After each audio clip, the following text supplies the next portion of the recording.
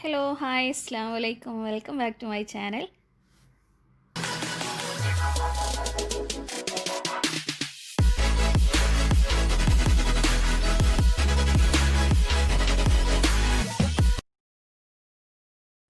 ഇന്ന് ഞാൻ നിങ്ങൾക്കായിട്ട് ഷെയർ ചെയ്യുന്നത് ചിക്കൻ മന്തിയുടെ റെസിപ്പിയാണ്. അപ്പോൾ നിങ്ങൾ എൻ്റെ ചാനൽ ആദ്യമായിട്ടാണ് കാണുന്നതെങ്കിൽ ഒന്ന് സബ്സ്ക്രൈബ് ചെയ്യുക, തൊട്ടടുത്തുള്ള ബെല്ലൈക്കണും കൂടി ഒന്ന് എനേബിൾ ചെയ്യുക കേട്ടോ. ഞാൻ ചെയ്തതിൽ വെച്ചിട്ട് എനിക്ക് ഏറ്റവും പെർഫെക്റ്റ് ആയിട്ട് തോന്നിയിട്ടുള്ള ഒരു ചിക്കൻ മന്തിയുടെ റെസിപ്പിയാണ് ഞാൻ നിങ്ങൾക്കായിട്ട് ഷെയർ ചെയ്യുന്നത്. അപ്പോൾ അതിന് വേണ്ടിയിട്ട് ഞാൻ ഒരു ചിക്കൻ എടുത്തിട്ടുണ്ട്. ചിക്കൻ 2 പീസാക്കിയിട്ട് കട്ട് ചെയ്ത് വെച്ചിട്ടുള്ളതാണ്. അതിലോട്ട് ഒരു ലെമൺ ഫുള്ളായിട്ടുള്ള ജ്യൂസ് ഞാൻ ചേർത്ത് കൊടുത്തിട്ടുണ്ട്. അതുപോലെ ആവശ്യത്തിനുള്ള സോൾട്ടും കൂടി ചേർത്ത് കൊടുത്തിട്ട് നന്നായിട്ട് അതിൽ ചിക്കനിൽ തന്നെ നന്നായിട്ട് തേച്ച് പിടിപ്പിച്ചിട്ട് ഒരു 5 ഹവേഴ്സെങ്കിലും വെക്കണം. ഓവർനൈറ്റ് വെക്കുകയാണെന്നുണ്ടെങ്കിൽ അത്രയും നല്ലത്, ചിക്കൻ അത്രയും സോഫ്റ്റായിട്ട് കിട്ടും. ചിക്കൻ്റെ എല്ലാ സൈഡിലും ഞാൻ സോൾട്ടും ലെമണും കൂടിയിട്ടുള്ള മിക്സ് നന്നായിട്ട് തന്നെ തേച്ച് പിടിപ്പിച്ചിട്ടുണ്ട്.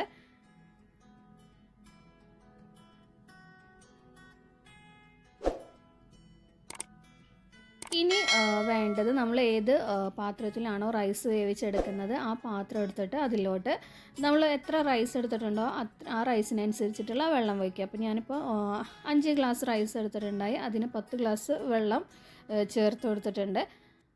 അതിലോട്ട് ഇപ്പോൾ ഒന്ന് തിളച്ചതിന് ശേഷം ഒന്നുകിൽ ഇതുപോലെയുള്ള അരിപ്പ പാത്രമോ അതല്ലാന്നുണ്ടെങ്കിൽ ഇപ്പോൾ ഗ്രില്ല്, ഇപ്പോൾ ഓവണൊക്കെ ഉള്ളവർക്ക് അറിയാൻ പറ്റും ഈ ഒരു ഗ്രില്ല്. അപ്പോൾ ഈ ഗ്രില്ല് ഉണ്ടെന്നുണ്ടെങ്കിൽ അത് വെച്ച് കൊടുക്കാം. അതല്ലാന്നുണ്ടെങ്കിൽ ഇല്ലാത്തവർക്കുള്ള ഓപ്ഷനായിട്ടാണ് ഞാൻ കാണിച്ചു തന്നത്, അരിപ്പ പാത്രം വെച്ച് കൊടുക്കുക.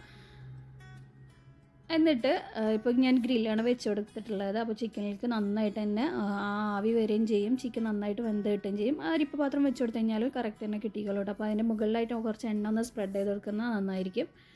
ഇപ്പോൾ എന്നിട്ട് നമുക്ക് ചിക്കൻ ഒരു 20 മിനിറ്റ് ഒന്ന് വേവിച്ചെടുക്കണം. അപ്പോൾ 10 മിനിറ്റ് കഴിഞ്ഞ് കഴിഞ്ഞാൽ ഒന്ന് തിരിച്ചിട്ട് കൊടുത്തിട്ട് വേവിച്ചെടുക്കാം. ഇപ്പോൾ ഞാൻ തിരിച്ചിട്ട് കൊടുത്തിട്ടുണ്ട്. എന്നിട്ട് വീണ്ടും കവർ ചെയ്തിട്ട് ഒരു 10 മിനിറ്റും കൂടി വെക്കുന്നുണ്ട്.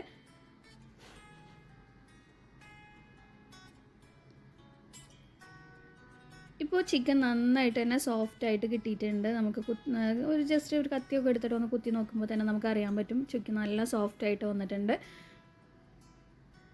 ഇനി ആ ചിക്കൻ അതിൽ നിന്നും മാറ്റിയിട്ട് നമുക്ക് ആ വെള്ളം ഒന്ന് വേറൊരു പാത്രത്തിലോട്ട് മാറ്റി കൊടുക്കാം.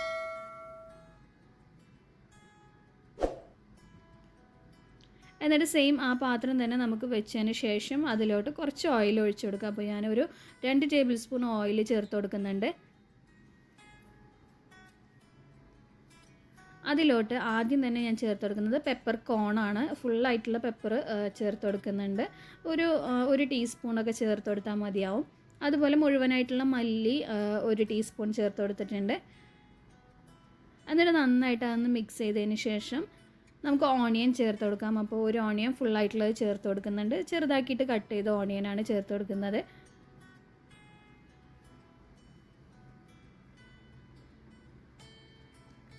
അതും കൂടി നന്നായിട്ടൊന്ന് മിക്സ് ചെയ്യുക.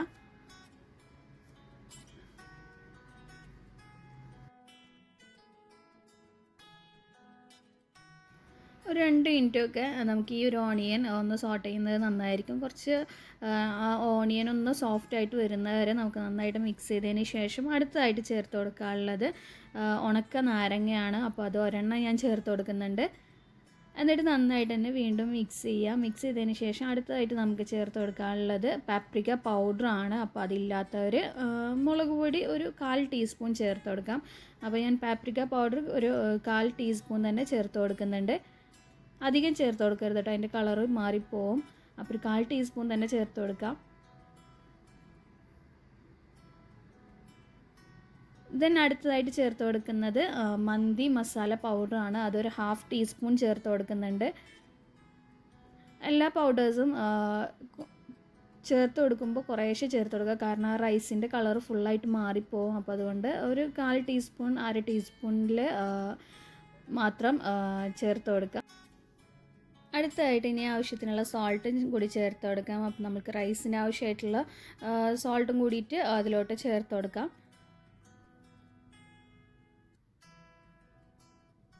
എന്നിട്ട് നമ്മൾ നേരത്തെ ചിക്കൻ വേവിച്ച ആ വെള്ളം ഉണ്ടല്ലോ, അത് നമ്മൾ എത്ര റൈസ് എടുത്തിട്ടുണ്ടോ ആ റൈസിനനുസരിച്ചിട്ടുള്ളത് ചേർത്ത് കൊടുക്കാം. ദെൻ തികയാതെ വരികയാണെന്നുണ്ടെങ്കിൽ സാധാ ബാക്കി വെള്ളം ചേർത്ത് കൊടുക്കാം.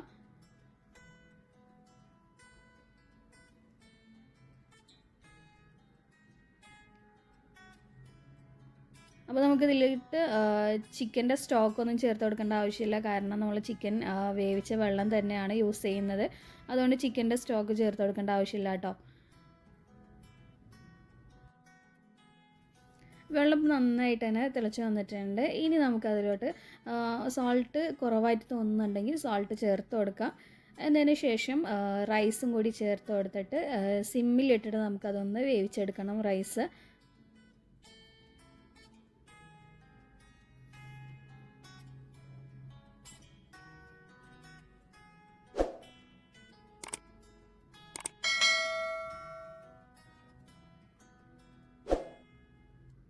ഇനി അടുത്തതായിട്ട് നമ്മൾ നേരത്തെ മാറ്റി വെച്ച ചിക്കൻ എടുത്തിട്ട് വേറൊരു ബൗളിൽ 1 ടീസ്പൂണ് പെപ്പർ പൗഡർ ചേർത്ത് കൊടുക്കുന്നുണ്ട്. അതുപോലെ 1 ടീസ്പൂൺ പാപ്രിക്ക പൗഡർ ചേർത്ത് കൊടുക്കുന്നുണ്ട്. അതുപോലെ സോൾട്ട് ചേർത്ത് കൊടുക്കുന്നുണ്ട്. ഇനി ഒരു ലെമൺ ഫുള്ളായിട്ടുള്ള ജ്യൂസ് വീണ്ടും ചേർത്ത് കൊടുക്കുന്നുണ്ട് കേട്ടോ. ചിക്കൻ ഒന്നുകൂടി സോഫ്റ്റായിട്ട് കിട്ടാൻ വേണ്ടിയിട്ടാണ്. ദെൻ ഒലീവ് ഓയിൽ ചേർത്ത് കൊടുക്കുന്നുണ്ട്. അതൊരു 2 ടീസ്പൂൺ ചേർത്ത് കൊടുത്തിട്ടുണ്ട്. എന്നിട്ട് നന്നായിട്ട് മിക്സ് ചെയ്യാം. മിക്സ് ചെയ്യുമ്പോൾ കുറച്ച് ഞാൻ കളറ് ചേർത്ത് കൊടുത്തിട്ടുണ്ട്. അപ്പോൾ ഇത് ഓപ്ഷണലാണ്, നിങ്ങൾക്ക് നിർബന്ധമൊന്നുമില്ല കേട്ടോ. വീട്ടിലൊക്കെ ഉണ്ടാക്കുമ്പോൾ അതിൻ്റെ ഒരാവശ്യമില്ല. ഞാനൊരു ഫോട്ടോയുടെ ഭംഗിക്ക് വേണ്ടിയിട്ട് കളറ് കുറച്ച് ചേർത്ത് കൊടുത്തിട്ടുണ്ട്.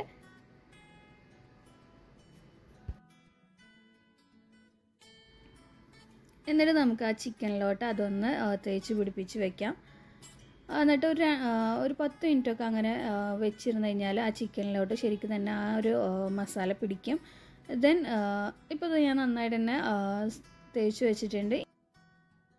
ബാക്കി വന്ന ആ ഒരു മസാല ഉണ്ടല്ലോ, അത് നമുക്ക് ആ റൈസിലോട്ടൊന്ന് ചേർത്ത് കൊടുക്കാം. അപ്പോൾ ആ ഒരു റൈസിന് ഒരു റെഡ് കളറൊക്കെ ആയിട്ട് കിട്ടും. അപ്പോൾ അതിന് വേണ്ടിയിട്ടാണ് ഞാൻ ചേർത്ത് കൊടുത്തിട്ടുള്ളത്. ഇനി ഒരു പാൻ വെച്ചിട്ട് അതിലോട്ട് കുറച്ച് ഓയിൽ ഒഴിച്ച് കൊടുത്തിട്ടുണ്ട്. ദെൻ ആ ചിക്കൻ ഒന്ന് വെച്ചിട്ടൊന്ന് ഫ്രൈ ചെയ്തെടുക്കുന്നുണ്ട് കേട്ടോ. അപ്പോൾ നന്നായിട്ട് ഫ്രൈ ചെയ്യേണ്ട ആവശ്യമൊന്നുമില്ല. ഒരു 2 മിനിറ്റ് ഓരോ സൈഡ് ഒന്ന് വേവിച്ചെടുത്താൽ മതിയാവും. അപ്പോൾ നമുക്ക് ചിക്കൻ നന്നായിട്ട് തന്നെ സോഫ്റ്റായിട്ട് കിട്ടുകയും ചെയ്യും. 2 സൈഡും ഒന്ന് തിരിച്ച് മറിച്ച് ഇട്ട് കൊടുത്തിട്ട് ഒന്ന് ഫ്രൈ ചെയ്തെടുക്കുക. ദെൻ നമ്മൾ നേരത്തെ വേവിച്ച് വെച്ചിട്ടുള്ള റൈസിൻ്റെ മുകളിലായിട്ട് നമുക്ക് ഈ ചിക്കനെ വെച്ച് കൊടുക്കാം. എന്നിട്ട് ഒരു ലോ ഫ്ലെയിമിൽ ഒരു 15 മിനിറ്റൊക്കെ ഒന്ന് ചെറു തീയിൽ, നല്ല ചെറിയ തീയിൽ തന്നെ വെച്ച് കൊടുത്തിട്ട് നമുക്കതൊന്ന് ആവിയേറ്റിയെടുക്കണം. അപ്പോൾ അടിയിൽ ഒരു പാത്രമൊക്കെ വെച്ച് അടിയിൽ ഇപ്പോൾ നമ്മൾ യൂസ് ചെയ്യാത്ത ഒരു തവൊക്കെ ഉണ്ടെന്നുണ്ടെങ്കിൽ അത് വെച്ച് കൊടുത്താലും മതിയാവും.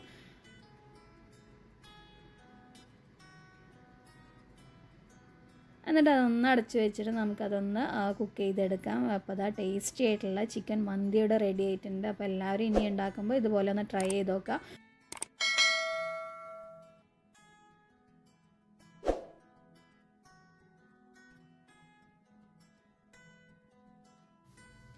ഞാൻ ഈ ഒരു മന്തിയുടെ കൂടെ സെർവ് ചെയ്തത് ടൊമാറ്റോ ചട്നി, അതുപോലെ തന്നെ പുതിന ചമ്മന്തിയും, പിന്നെ സലാഡിൻ്റെ കൂടെ ഗ്രീൻ ഒലീവ്സ് ഗ്രില്ല് ചെയ്തതും കൂടി ചേർത്തിട്ടുണ്ട്.